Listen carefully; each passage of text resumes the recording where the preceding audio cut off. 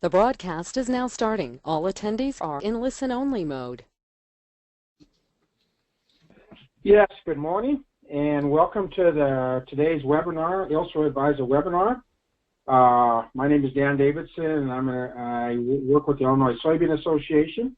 I want to thank you for attending today's webinar on what 6 secrets research has taught us about high-yield soybeans. And Dr. Bushel has just completed 5 years of work on this very important project to understand yield limitations and factors and how to improve yield. Most of you are probably on the webinar today know Dr. Bushel from the University of Illinois, a professor of crop physiology in the crop science department. Has been doing a lot of work first on the 7 wonders of corn, and as I said, the last 5 years on the 6 secrets of soybeans. He looks into some of the limiting factors and how we can use high yield management, stacking together high yield management tactics to improve corn and soybean yield. A little bit on the logistics. We're starting today at 10 a.m. I'd like to be done about 11, but if we have a lot of questions and we ran over 5 or 10 minutes, that's okay. If you're a CCA and you registered online, you put in your CCA number, and that will be submitted to the American Society of Agronomy, and that one credit in crop management will be listed. If you are listening to the recording of this webinar that's posted in YouTube, you can still get 1 CEU in crop management, but you need to go online onto your CCA account and self-apply. Our presentation today will be roughly 45 to 50 minutes. If you have any questions, go to the dashboard on the right and just post your questions, and then we will collect those and then ask Dr. Bushel in the Q&A session. Again, on behalf of the Illinois Soybean Association and the ILSO Advisor Soybean Management website, I want to thank Dr. Bushel for presenting today and want to thank you for participating. And Fred, you can take it from here. Thank you very much, Dan. Hey, thanks everybody on the line. I wish I could see your smiling faces instead of looking at my computer, but I really appreciate you taking your time to join this today. So we're going to talk about high-yield soybeans, and an obvious test question as we talk about high-yield soybean is, what is the world record soybean yield? Oh boy, so I don't think I'm advancing. Dan, is it advancing? Having a technical problem here. Let me end show and try again. Let's try this again. Yeah, there it is. Sorry about that. So test your knowledge of high-yield soybean. What is the world record of yield of soybean, and what is known as the soybean yield gap? This is actually a 2-point question. I'm happy to say that the world record soybean yield occurred this last year. So the world record soybean yield is 171 bushels. It broke the old record by 11 bushels. That's Randy Dowdy down in Georgia got it this year. I'm not exactly sure what the U.S. average is going to be this year. I think it's going to be another record. It might be a little higher than 50 bushels, but I'll tell you the U.S. average yield is 50 bushels, and that's the yield gap. The difference between what most growers get and what is possible as demonstrated by the world record. I like to think of that as the opportunity to increase soybean yield with better crop management. And by the way, the Illinois record for you Illinois guys, that was last year. In the Illinois Soybean Challenge, that was 108.3 bushels. So still a lot higher than the average, still showing you there's opportunity to increase yield with better management. Now, if I want to manage soybean, I want to know those factors that have a big impact on soybean yield, and that's the so-called 6 secrets of soybean success. I'm going to give you a little story here of how this happened. I'm going to say that Dan Davidson's partly responsible for this because he came to me about 6 years ago, and he said, I'd never worked on soybean, and he said, would you consider working on soybean? He said, we want to make soybean yield sexy, and if you can come up with a way to make soybean yield sexy, there's some Illinois checkoff dollars that might be available. pretty excited about that possibility. I wanted those checkoff dollars pretty bad, but I really couldn't think of an easy way to make soybean yield sexy. So I asked my friend Victoria if she had any ideas, and Victoria said, if it's going to be sexy, it has to be secret. Apparently, Victoria had some secrets. Get it? Victoria's Secret. And hence the 6 secrets of soybean success. But I don't keep a secret very well because I'm going to tell them all to you. Now, I'm going to go through each of these secrets. I'll justify some of them with some actual data. And then I'll show you how we're trying to take a systems approach for high soybean yield. Now, before I get into all of the secrets, there are some prerequisites. There's some table stakes, some things you have to have in place that I don't mean they're not important. They're actually crucial. But in and of themselves, they either don't add yield or they don't have to be done every year. You know, soybean hates wet feed, so drainage is crucial. And I would tell you that weed control was, until recently, was sort of underrated. You know, now we got glyphosate-tolerant weeds, and we're going to have to go to all kind of extremes to control some of those.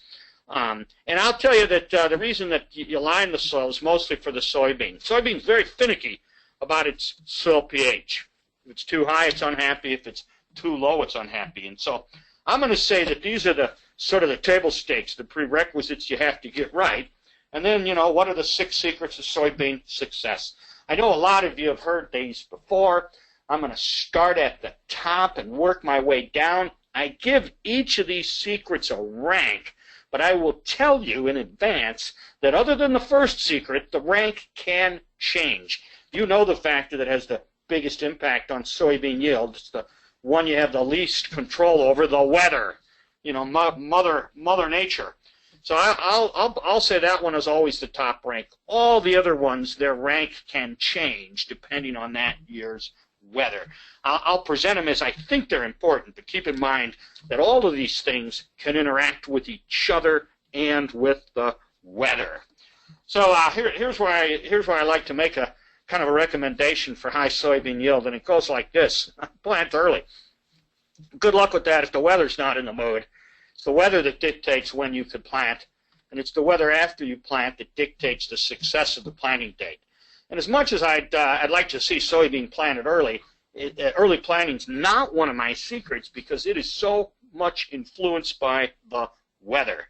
So I'm going to show you an example of our 5 years of 6 secrets research where we have had different weather and different planting dates. And if you look at this graph here, I'm showing you the yield. These are of our control plots as a function of when we happen to plant for different years. The years are color-coded, and clearly years represent different weather. And so you can see that year makes a big impact on what the yield was. But if you look at that general trend, the later you plant, the lower the yield. So even though I don't have control over the planting date per se, I'm pretty sure that you're going to have a tendency to have higher yield if you can plant earlier. So what's the second secret of soybean success? I think this one surprises a lot of people, and it's largely because I'm not sure how they think about it, but that is fertility. I think it's a number 2, and I'm going to say it's number 2, largely the way that most people fertilize their soybean. You know what a typical fertilization regime for soybean is in Illinois? It's called fertilize the corn. So if you look at how most growers would fertilize soybean, what they would do would be to fertilize the corn ahead of the soybean. Most growers, I'm going to say, would put 90 pounds P2O5 on their corn. The 100 pounds K2O might be a little bit high, but I'll use that as a comparison number. Most growers don't put sulfur or micronutrients on their corn, and today about 70% of growers don't put any fertilizer on soybean at all. I'm happy to say that's an improvement over what it used to be. 5 years ago, 80% didn't fertilize soybean. So at least we've made some headrows. Supposedly, this fertilization regime for corn is enough to meet the needs of corn and soybean. Now, if most growers don't fertilize soybean, that would lead me to believe that soybean doesn't accumulate much mineral nutrients, and that would be wrong. I show you here for 60 bushel soybean some of my favorite nutrient elements that are required to produce 60 bushel soybean, removed with the grain of 60 bushel soybean. So what I'm showing you here, this is for 60 bushels, fairly modest yield by today's standards. I'm showing you how much of each of these nutrients that plant has to take up over the course of the growing season from fertilizer and the soil. Well, and some of the nitrogen that soybean needs, about half of it comes from the nodules. So this is how much of each of these elements that 60 bushel soybean crop has to take up. I also show you here how much of each of these elements is removed with the grain when you harvest 60 bushel soybean. That's the amount you physically take off your field and send someplace else when you harvest the crop. That is analogous to fertilizer maintenance. And then I also show you what's known as the harvest index. And what the harvest index is it's of the amount the crop takes up, what percentage is removed with the grain. And what I'd like you to notice is that all nutrients do not have the same harvest index value. Now, I get excited about a mineral nutrient as a limiting factor for soybean yield if one of two things happens. Number one, the crop needs a lot of it, and that would be true of potassium and nitrogen, fairly high levels of accumulation.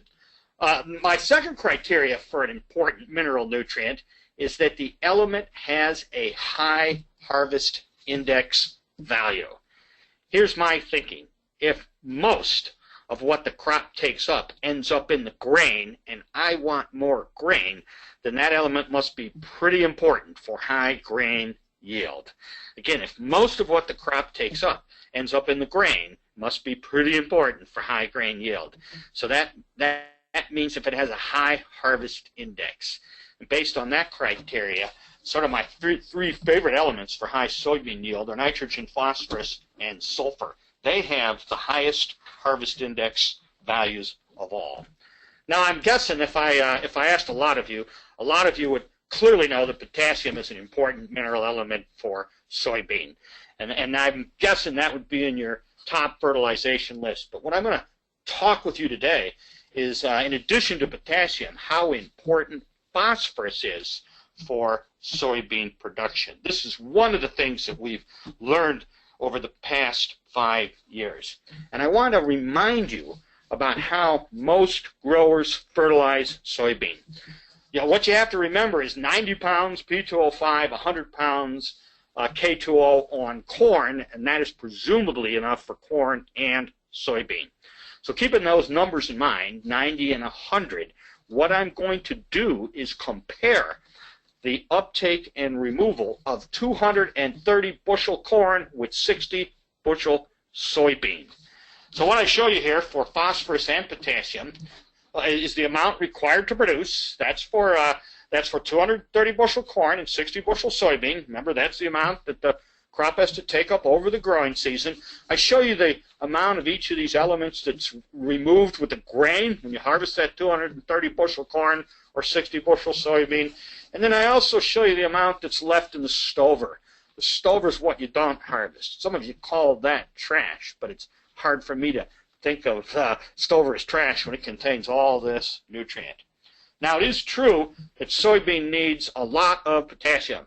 A 60 bushel soybean crop has to take up almost as much potassium as it does a 230 bushel corn crop, and it actually removes more potassium than does corn. Now, if you look at it, remember how most growers fertilize, they put 100 pounds K2O in their corn. It's not enough. But the good news is that the corn crop only removes 56 pounds. And that means in that corn stover, as long as the stover is not removed, there's 124 pounds of potassium. Every one of those atoms, every one of those molecules is freely available, doesn't occur in organic form. And that means 2/3 of the potassium that soybean needs is in the corn stover. Also, about 2/3 of the potassium that corn needs is in the soybean stover. I mean, if you look at how much you remove over a corn-soybean rotation, that's 126 pounds of K2O. If you only put 100 on, you didn't put on enough, but the stover is what is saving you. On the other hand, let's look at phosphorus. I said most growers put 90 pounds P2O5 on their corn. If they harvest 230 bushels, if they grow 230 bushels, it's not enough. Crop needs 101.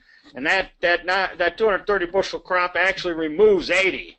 That means of the 90 that you put down, you left 10 for the soybean, which actually needs 43 and removes 35. Over the course of a corn-soybean rotation, that's 115 pounds of P2O5 removed. You only put 90 on, mine the soil of 25. This element, as I'm going to show you, is probably the most overlooked in soybean, and it has to do with the way we're fertilizing or not fertilizing the crop. Now, there is a little bit of phosphorus in the stover, but that is in organic form, and that is not all freely available to the next year's crop.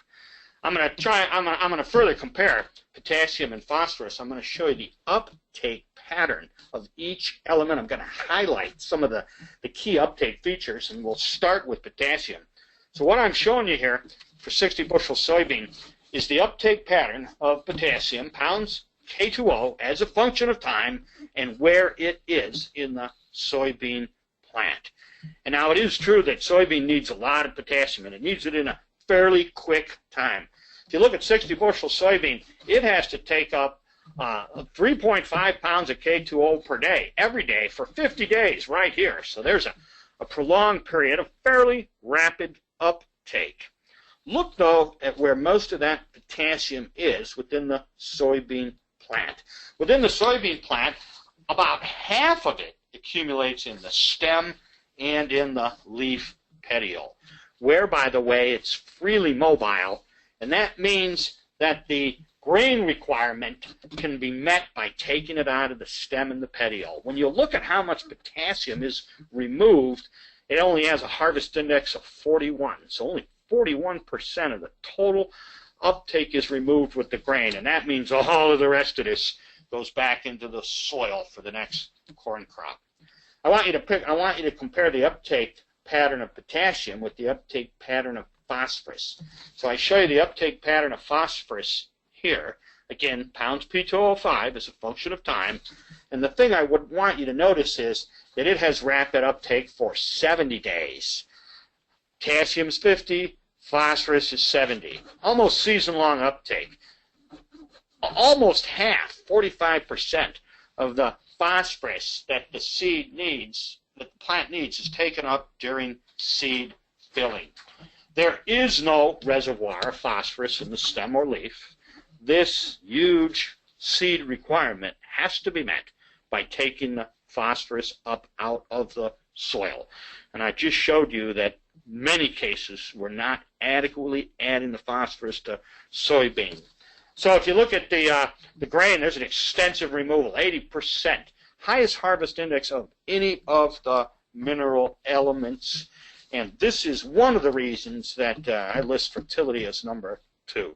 I'm going to show you some of our fertilization studies here in a little bit that will also highlight the importance of phosphorus in high soybean yield. Well, what about number 3 before we look at that? Number 3 is genetics or variety. Oh boy, all soybean varieties aren't created equal either. And I'll show you a couple examples of the range in yield that we could get just by selecting a variety. So I'll show you 17 soybean varieties grown in one of our sites. This is last year. So 17 soybean varieties grown in Champaign, standard management last year. And I've ranked these varieties according to their yield. And what I want you to notice is I have a 22 bushel range in yield. 22 bushels. Doesn't sound like much when I'm used to thinking about corn, but this is soybean, so that makes the variety makes a huge difference. Now, this is not a hard and fast rule, but in general, when I'm going to put the relative maturity of each of these varieties, and in general, when I look at relative maturity, these would span a 2.5 to a 3.9, and what I want you to notice, the general trend here is that on the high yield side, notice there's no 2s. On the low yield side, there's a lot of 2s. So in general, the higher the relative maturity for the region, the greater the potential for yield. That makes sense if you think about using the whole season. And this is especially true if you plant the soybean crop early. All right, well, what's the number 4 factor that I'm going to talk about? And this has to do with the growth habit of soybean. Soybean has what's called indeterminate growth. And indeterminate growth means it can produce flowers and leaves at the same time. A soybean that was typically grown in Illinois would have about 20 nodes. 16 of them could have pods. And guess what? It's the closest leaf that supplies most of the energy for the pods at a given node. So in other words, these pods at this node are getting their energy from this leaf. These pods at this node are getting their energy from that leaf, and so on. The closest leaf supplies most of the energy for the pods and seeds at a given node. And because of that, number 4 is foliar protection. This is protecting the leaf from diseases, from insects, providing the energy for each of the developing pods. One of the reasons that foliar protection is so important has to do with the yield components of soybean. You can make soybean yield into a math equation by multiplying its yield components. So soybean yield is a product function of how many pods you have per acre. It's not plants, you know, because the plant can branch, and you can have multiple nodes with pods and more than one pod at a node. So it's pod number per acre times seeds per pod times weight per seed. And of course, a change in any one of those yield components can change yield. One of the reasons that foliar protection is so important is that if you can increase the seed weight of soybean 2 milligrams for each seed, that would be a bushel. And that's one of the reasons that foliar protection is so important. Protecting the leaf so that it can provide the energy to increase that seed weight. Now there's another reason that foliar protection is so important, and that also has to do with the yield components of soybean. If you look at soybean yield components and I ask you which one of these is the most important, I'm guessing you're going to tell me it's pod number per acre. You know how you do a soybean yield test. You go out with the hoop and you put the hoop out, you count the number of pods within the area, and well, then you make up some yield after that. But typically, pod number per acre is the most important yield component. Here's the question I have for you. Where are most of the pods on the soybean plant? I'll make this into a multiple choice question. Are they at the bottom, the middle, the top, the branches, or are they equally distributed throughout the plant? Bottom, middle, top, branches, equal. Where are most of the pods on the soybean plant? Well, I know where they are on the soybean plant because we have graduate students, and you can send the graduate student out there to count them.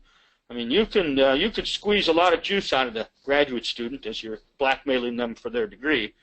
And the answer is the middle. I show you here, this is pod number as a function of node number. 0 is the bottom, 20 is the top. I've removed the branches. The branches would all be down here on the lower 4 nodes. The branches are overrated when it comes to yield. Only about 10% of the soybean yield comes from the branches. 60% of the yield comes from the middle. 60% of the yield comes from nodes 7 through 13, the middle of the plant. Now this is a 50 bushel soybean yield. What do you think a 62 bushel soybean yield looks like? Well, it looks like that. It's still the middle.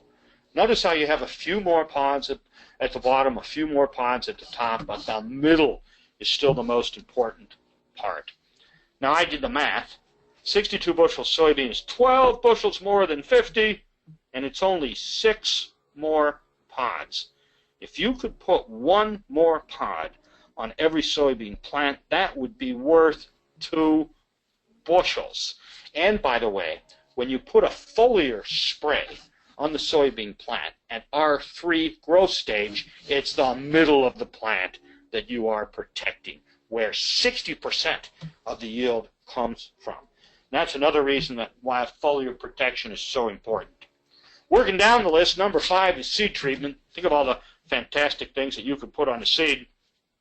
This would include inoculum, might include your biological or your micronutrient, but the seed treatment I'm going to talk about is protecting the seed from insects, diseases, and nematodes. And I'll tell you, seed treatment is especially important if you're planting the soybean crop early. Now, I'm pretty sure you know what a soybean seed is called that has no seed treatment. Kind of got a sexy sound to it. It's called naked seed. But I love the sound of it, but I don't like the result.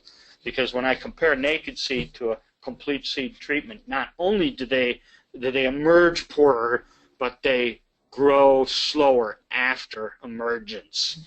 So this is another graduate student exercise. If you compare treated seed to naked seed, typically you get between 5 and 15,000 more seedlings emerged per acre. Doesn't seem like much, but now with the cost of soybean seed, that's another advantage of the seed treatment. More emerge, and they grow faster after they emerge. Obviously, this effect depends on the weather. Under cold, early conditions, sometimes this effect is strikingly visual. I'll show you one example from where we compared a complete seed treatment here versus well, this isn't even a naked seed. It's a minimal seed treatment, fungicide alone, and I'm pretty sure you can see the difference in the height and the color from that complete seed treatment. I'm telling you, very often you can see this right to the row. So on my left here, that's the complete seed treatment, and on the right is the minimal seed treatment. This is an expensive scientific instrument that we use called a rulerometer. We can actually quantify that difference in growth. And then the last one, 6, but not necessarily the least important, is the row spacing. Narrow rows versus wider rows. So the advantage, of course, of a narrow row is it intercepts light faster. The disadvantage of a narrow row is there's less air movement down the row, and sometimes that can lead to hard to control leaf diseases like white mold. In the work I'm going to show you, our narrow row is going to be a 20-inch row, and our wide row is going to be a 30-inch row. I know a lot of you are in 15-inch rows. Everything I tell you for 20s will be the same in 15s. It's just that with a 4-row research planter, it's hard to plant a 15-inch row without having a row in a tire track. So I also think the future of corn will ultimately be 20-inch rows, and ultimately I'm going to use the same planter to plant my soybeans. So our narrow row is going to be a 20-inch compared to a 30-inch. So given all those 6 secrets of soybean success, we came up with our systems approach of enhanced management factors to look at the impact of those factors on soybean yield, and we compared that to a so-called standard system. If you look at the orange here, that's the standard grower practice. It's in orange. Phosphorus, potassium applied the year before to corn. No foliar protection, minimal seed treatment, 30-inch row, and then we used our high technology package where we fertilized the crop. The first thing I'm going to show you is we fertilized the crop with phosphorus. Now we used a premium phosphorus source called Micro Essentials that also has sulfur and zinc in the granule. And we used a premium placement where we placed that fertilizer. We banded it 4 to 6 inches under the row. Not saying that you have to do that, but when we do band that fertilizer, we have a banding toolbar. We plant the seed right over the band, and we see a very marked improvement in the emergence and early growth. So here's the one that has the banded fertility. Here's the one without the banded fertility. This would be a soil test that would tell you all the levels of phosphorus are adequate, but we see a very strong growth enhancement. We also see this enhancement when we broadcast the fertilizer as well, but it's obviously more readily visual if you band it. So that's what we did on the phosphorus side. We also compared extra phosphorus to potassium. We used another premium potassium product that has potassium and boron. That's a product called Aspire. We did not band the potassium product. Potassium can be a little salty, so we broadcast and incorporated it. We looked at phosphorus and potassium separately. We looked at them together. And then we also compared the advantage of foliar protection, an insecticide and a fungicide applied at R3 compared to no foliar protection. We compared the complete seed treatment to naked or minimal seed treatment, and then on the on the high input side, we looked at a 20-inch row compared to a 30-inch row. So what I'm going to share with you is our work over the previous 2 years. I won't show you the first 2 years of research that sort of honed it into this treatment, but what I'll show you is the work we did over 2014 and 2015. And so over these 2 years, we had 10 trials at these 3 locations. You know, Illinois is a long state, north to south. So we have trials in the north, trials in the center, trials in the south. At each of these trials, we did a normal and a full maturity variety for the region. I'm not going to have time to show you all this, but I will tell you that most of the time, 65 or 70% of the time, the full maturity for that region gives the higher yield. And usually the full maturity can also respond better to the management. So at each of these trials, we banded that phosphate fertility, that premium phosphate fertilizer. We broadcast the potassium. We either looked at them separately or we looked at them both. We did that at planting. We used different company seed, different company foliar protection. We planted in 30 and 20-inch rows, and we used a compromised seeding rate of 160,000 plants per acre. Maybe a little on the high side for a 30-inch row, but we wanted to err high than not enough. So what I'm going to show you first is I'll show you for each of the 2 years. I'll show you for 2014 and 15 what the yield increase was from the high management system versus the standard. So I have 2014 first. Here's the locations from north to south. That's the standard yield. There's the high-tech yield. And then this triangle here is a scientific symbol. That means we subtracted the standard from the high-tech. You can check our math. But what I want you to notice is that at every site we had at least a 9.5 bushel increase in yield. We had a substantial increase at Champaign, and on average in 2014, we almost got 14 bushels from management. Same thing in 2015. Again, the sites from north to south, standard yield, high-tech yield, the difference. In this case, it was almost 15 bushels average. So over our 10 trials and over those 2 years, it's a 14.2 bushel increase in yield from using the high management system. Of course, the question becomes, do I need all of these factors, or are some factors worth more yield than other factors? I mean, that's a fairly difficult statistical question. So in order to answer the question, which one of these factors has the biggest impact, or which one has the least impact, we used what is known as an addition-omission design. So I'm going to try and explain this design to you, and you'll need to understand this to understand a little bit of data I'm going to show to you. So the high-tech system, that has everything. That's in blue. The traditional system, that's the standard, what most growers are doing, that's in orange. I'm going to hearken this to like basketball teams, if you will. I'm going to call the blue team the pro team and the orange team the high school team. I'll assume the pro team usually beats the high school team. And then what I do, one factor or player at a time, is I replace the pro player with the high school player, and I look at how badly that high school player drags down the performance of those other pro players. Hence the name omission plot. And that's done for every factor. Then at the same time, you take one enhanced factor, one pro player, and you put them on the high school team, and you look at how well that one pro player elevates the performance of those other high school players. And you do that for every position. This is sort of if you had standard five-factor agronomy trial. What I'm going to show you first is I'm going to show you the standard side at first. And I'm going to show you, what happens if you add one factor and only one of these factors. And the good news is there's a lot of single things you can do to increase soybean yield. So I'll show you the first side. I'll show you the standard side first. I'm going to average it over all of the 10 sites in the 2 years. We don't have time to look at each one individually.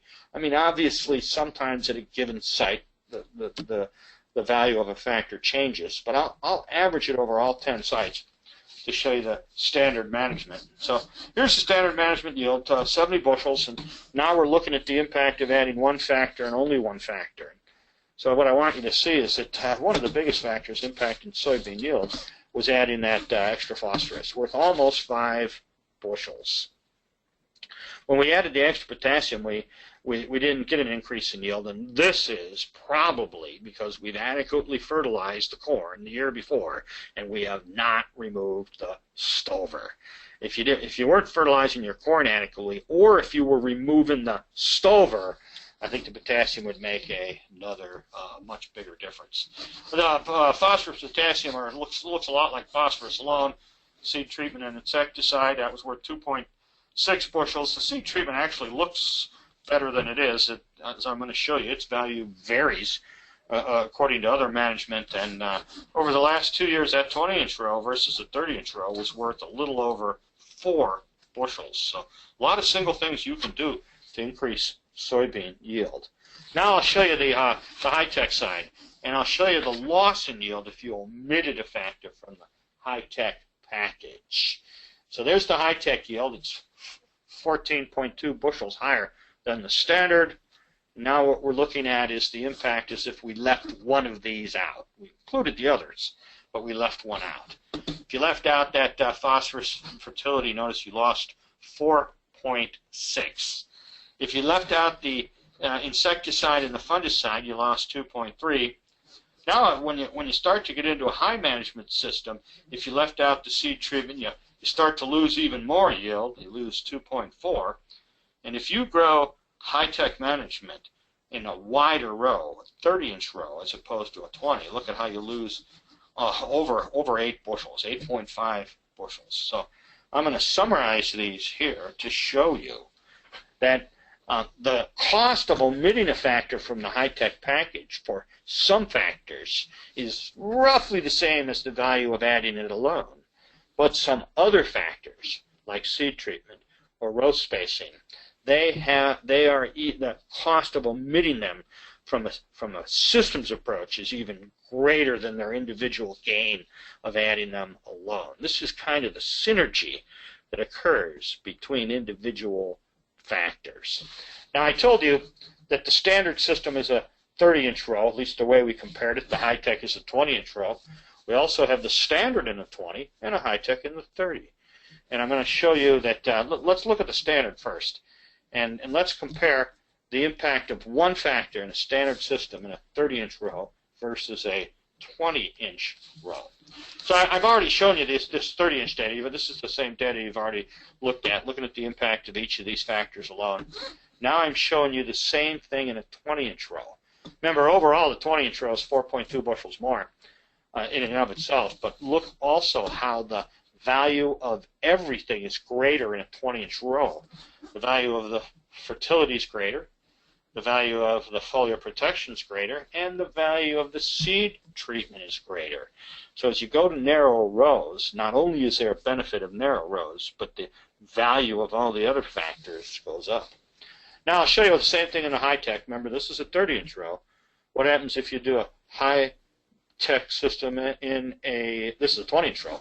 What happens if you do a high-tech system in a 30-inch row? That's what I show you here. It's a high-tech system. I've already shown you the data for the 20-inch row. Remember, it's worth 8.5 bushels alone.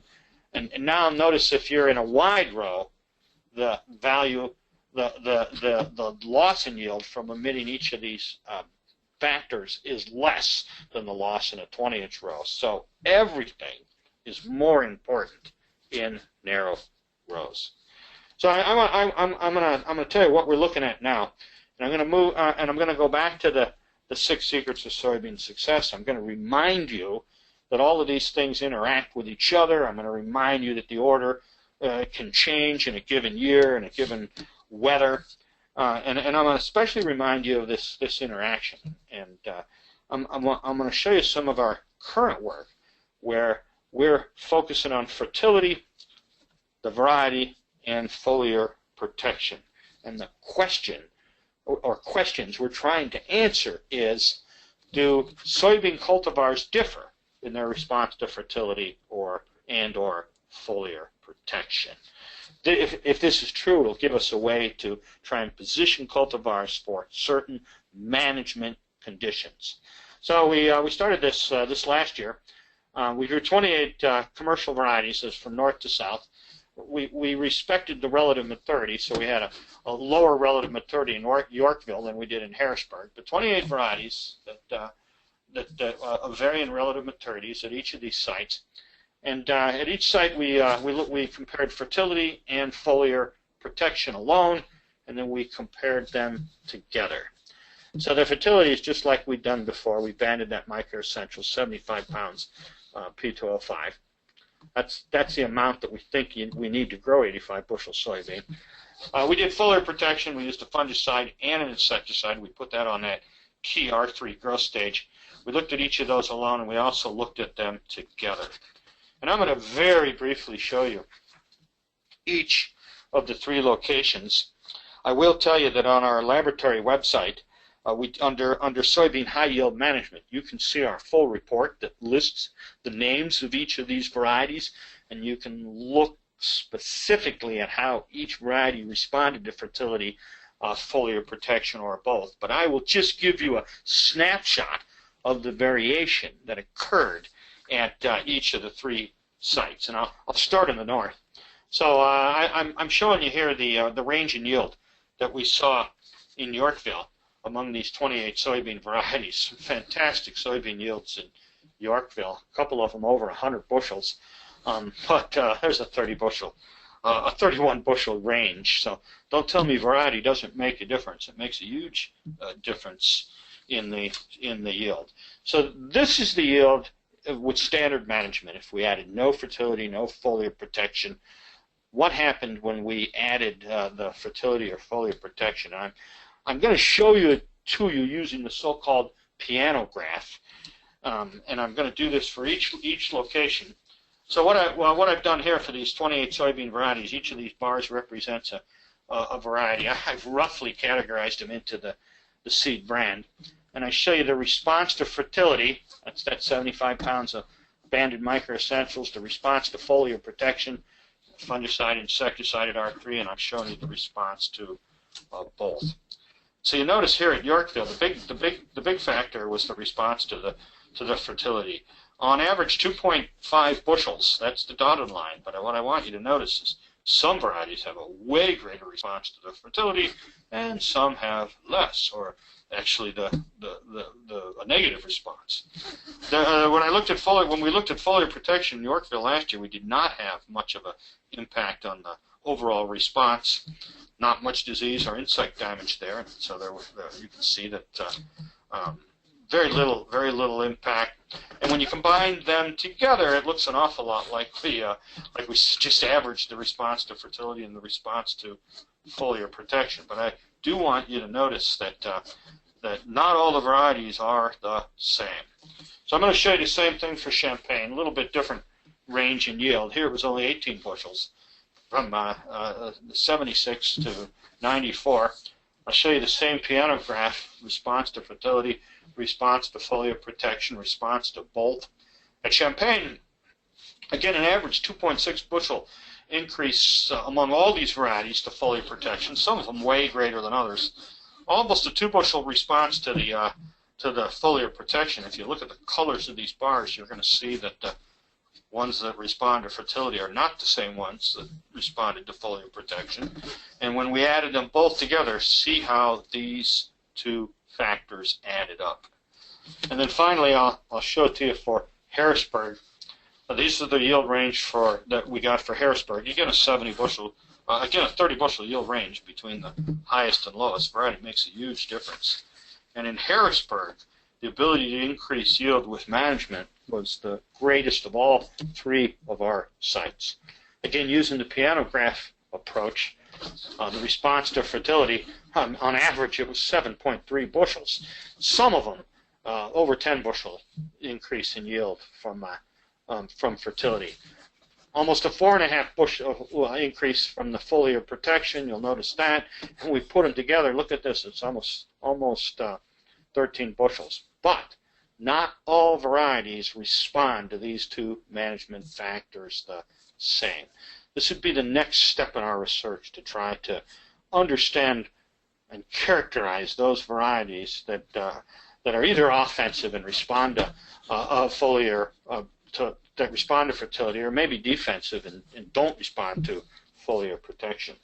So I'm going to end there. I'm going to hopefully have some time for questions. I hope I convinced you that we can increase soybean yield with better crop management. I think that's the whole point of these webinars and of our research. I did, even though I know that planting date is determined by the weather, early planting does trend towards improved or higher yields. I showed you that soil fertility, particularly phosphorus, has been one of the most important management factors to increase soybean yield over the course of these studies. And it's largely because of the way we're fertilizing soybean, fertilizing the corn instead of the soybean, and probably not fertilizing the corn enough given the yields that we are removing. Variety makes a huge difference.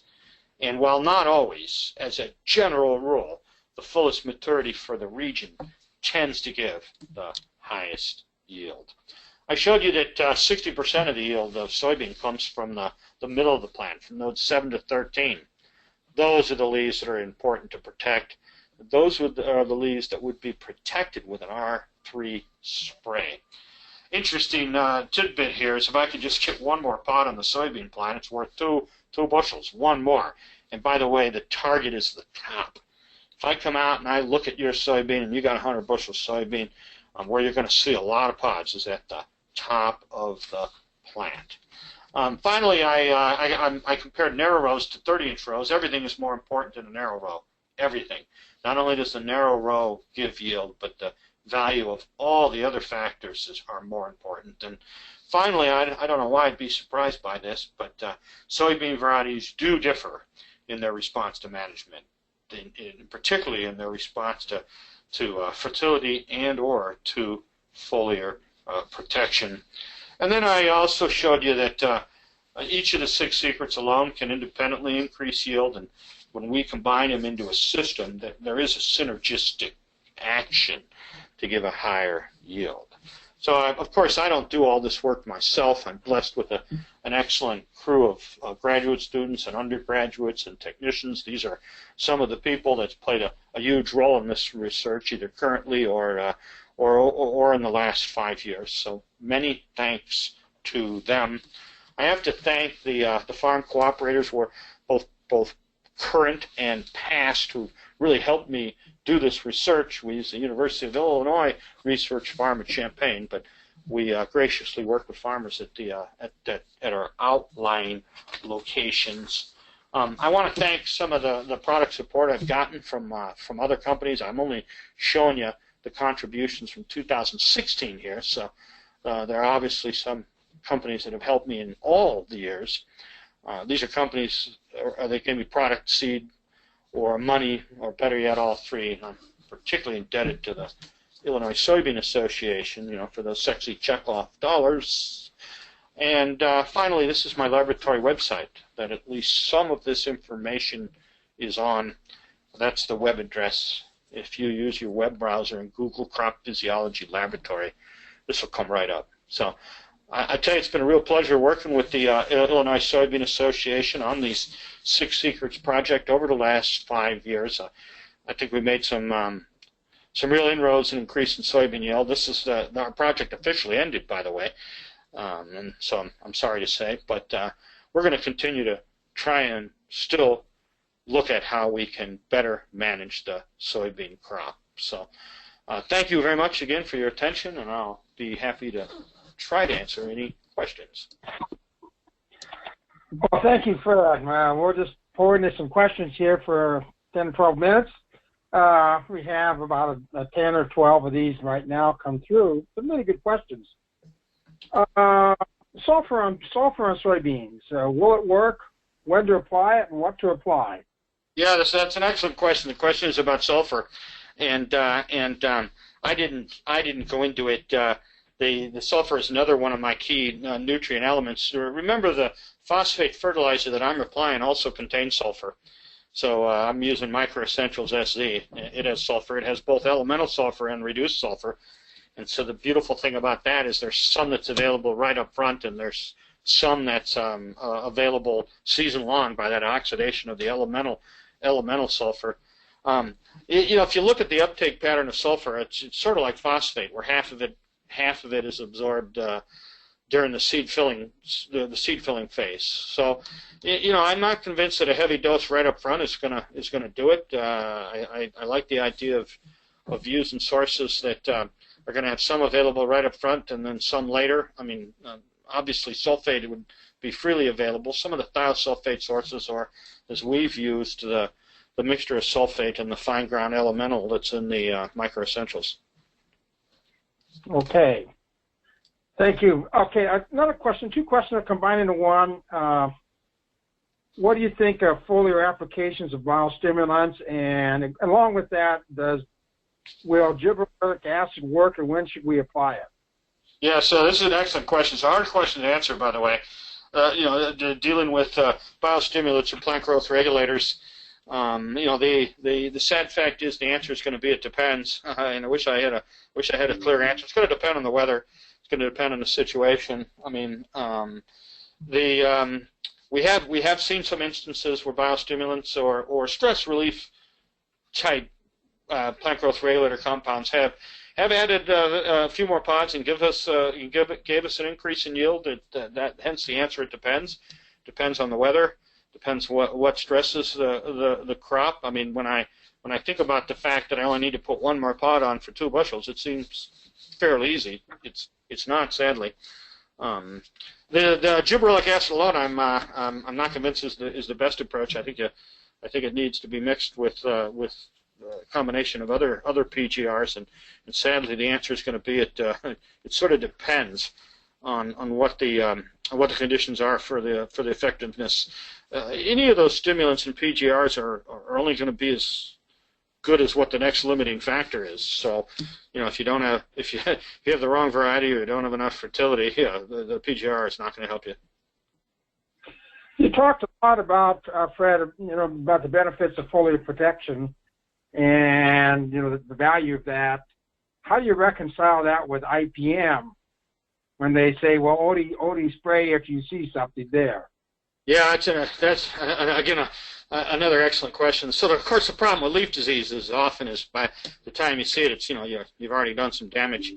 The insects, what I'm showing you is that it's really, you got to target the plant for where the damage is having the biggest effect. I mean, I could show you plants that have been sprayed at R3 with insecticide, and the top of the plant looks like took a shotgun to it, but those middle leaves are protected enough where most of the yield comes from. So, I'm not saying that IPM isn't important, but I'm saying that if you're really going to push yield, once the damage is done, you've already lost some yield. Okay, another question. How can you properly analyze the separate effects of NPK and S?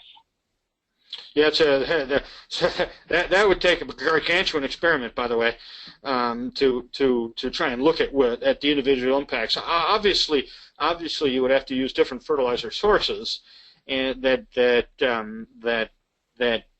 contained different amounts of each of those elements. It'd be a difficult task. So what we do instead, as I tried to show you, is we look at the amount of each of those elements the crop needs, when it needs it, where it puts it, how much it removes, and then we use those the required to produce the harvest index, the uptake patterns, to try to give us a clue at which one is going to be more important at what time. Mm-hmm. Okay. Some of these questions I'm trying to ask them, and sometimes they're kind of long. Understood. Here's what, if the stover from each crop is essential in saving a farmer from not reaching his yield potential. Well, this is, that's a complicated question. If the stover from each crop is essential in saving a farmer from not reaching his yield potential for the subsequent crop, how should we account for in-field variability in fertilizer application rates due to the fact that stover redistribution, via combine sometimes leaves large gaps in the field passes between combine field passes? Yeah, okay, I get it. You know, so in other words, stover's not evenly distributed after you harvest it. Sometimes it blows around, sometimes in chunks and piles, and that's a really tough question. By the way, it's going to be a hard answer. I mean, I think in that case, you know, you're just going to have to go with the averages. I think that the area that occurs with is probably too small to do any kind of variable rating, and probably the effort in trying to re-spread it out is going to be too difficult as well. So, I don't have a solution to that. I'm sorry to say, other than, you know, stuff happens, and that's one of the things that does happen. Yes. Okay. Have you ever run any numbers on the profit per acre from profit per acre differences on your emission trials? Excellent question as well, and I get this question a lot. And happily, I'm a crop biologist and not an economist, so I study the biology and not the economy. And the answer is going to be that you know, obviously it's going to depend on the price of the inputs and the value of the grain. And the minute I try and put an economic thing to it, the price of the grain changes or the input goes up. And again, I'm not trying to tell growers that what we've done is a recipe. I mean, yield is not a recipe. What I'm trying to get them to do is focus on those factors that make an impact. I mean, you know, whether they need 75 pounds of P2O5, who the heck knows? I mean, obviously, I think there's yield to be gained, and I think there's an economic cost to it. And the higher the commodity price, the better. But I'm afraid that individual growers have to sort of work with their retail agronomist or their consultant or something to be able to determine which one of these factors is going to have the biggest impact on their production practice. Okay. Question on boron. Boron, you know, it's becoming apparent that zinc and boron are probably the two most limiting microbes. How should that be handled on soybeans? Should that be part and parcel of a soybean fertility program? Should it be applied to the soil, or should it be applied to foliar? Yeah, it's an excellent question. I mean, a lot of our soil test data values definitely come back on low on those two micronutrients as well. And of course, it's quite difficult to evenly spread a micronutrient over, you know, alone over a soil surface. And something like boron, you don't need that much, and you know, think about trying to spread that. You're going to end up with hot zones and deficient zones. So I actually like the idea of either having the micronutrient be a component of a macronutrient. That's one of the reasons why we used Aspire. It's potassium with boron. We're going to spread the potassium even. We're going to get a more even boron spread, or same thing with the microessentials SD with the zinc. You can also there are also some fertilizer formulations that would coat those micronutrients on macronutrients that will give a much evener spread. So my personal belief is that you're better off applying it to the soil and having it come into the root than trying to make a foliar correction. I mean, you can correct the leaf, but these micronutrients aren't very mobile once they're in the plant. So I think the play is easier to make a soil application, and therefore I either like the macronutrient to be a component of the fertilizer, or coated, or some way to improve its uniformity of distribution when you're spreading it. Here's a question that just came in. As you know, last Friday, Randy Dowdy spoke in Bloomington on his high yield corn and soybeans. And so what do you think Randy Dowdy did better to reach 171 bushels, his high yield, compared to your programs? Yeah. So I think Randy Dowdy has a couple advantages over us. I think Randy and us take a similar approach. We want to get that plant off to a good start. We want to make sure the crop is never stressed, you know. So I mean, we feed it right from the very beginning. We make sure it gets going. I mean, Dowdy, I believe his soil types are it's essentially irrigated sand, and so that his soil is not going to tie up or sequester nutrients like ours. He's going to be able to, you know, treat it almost like a hydroponic situation. Obviously, he can supply water that we don't, and I'm pretty sure that one of the problems that we have that you know, the reason we get water is we have clouds, you know, and those clouds block the light. So I think it's a combination of things. You know, I think part of it's soils, part of it's humidity, part of it's the weather, obviously. It's one that leads to a comment. I want you to comment. This is my question on population. You know, 120, 140, 160. I think Dowdy said on Friday his populations were like 300,000 in his soybeans, right? I think it was like 300,000. It was an astronomically high population. What? So you talk about row spacing in 20 inches. What does population blend into that? And everybody's going less, but yet Dowdy went so high. Yeah. Yeah. So if you're really going to push yield, I mean, think about I showed you that that 60% of the yield comes from the middle of the plant, and not much yield comes from the branches. And if you lower the population, you're having to rely on branches. And I think what Mr. Dowdy's doing is he's trying to make the soybean almost be like a unicorn. I mean, one stem with no branches. And so he has more of those nodes 7 through 13. And what we have seen, I mean, I'll tell you, population is hard to consistently show an advantage to unless we have a really high yield system. Where we played around with irrigation and fertigation and very high, you know, yields, 20-inch rows. I mean, trying to push it, and in that case, the higher population does seem to matter. We haven't gone as high as 300, but we've put some in the 240s, and you know, harvestability is an issue because they get taller. But I think the advantage there, again, is that you have more of those middle regions of the plant where most of the yield comes from. Okay. Two more questions, and we'll be done. One is here's a simple one. How can a grower increase the height of pod set in soybeans? Yeah, how can they increase the height of pod set?